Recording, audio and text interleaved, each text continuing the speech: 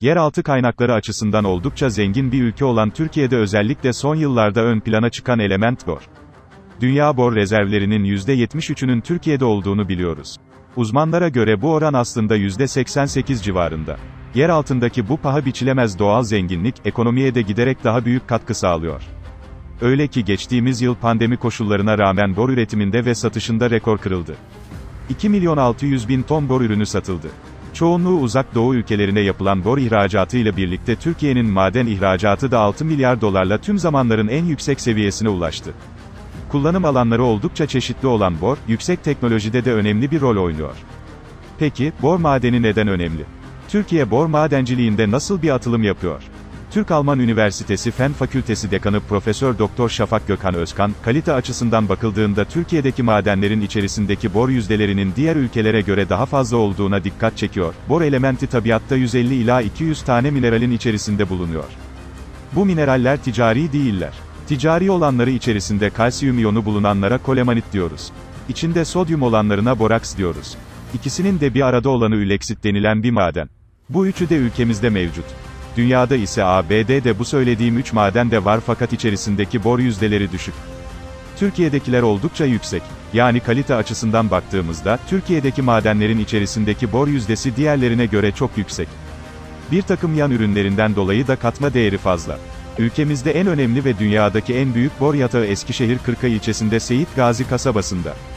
Bu Kırkay yatağında boraks madeni mevcut. Şu anda Eti madenin deterjan yapımında kullandığı boraks, buradan elde ediliyor. İkinci büyük yatak Kütahya'nın Emet ilçesinde bulunuyor. Buradaki de kolemanit.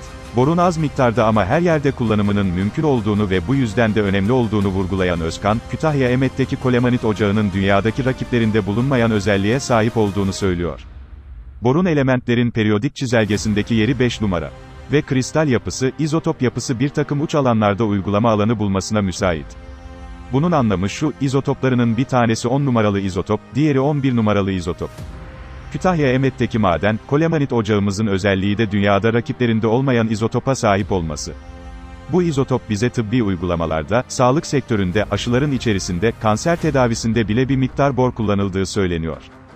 Bu literatüre geçmiş durumda. Kimi uygulamalarda, savunma sanayinde, tankların zırhlarının yapılmasında kullanılıyor.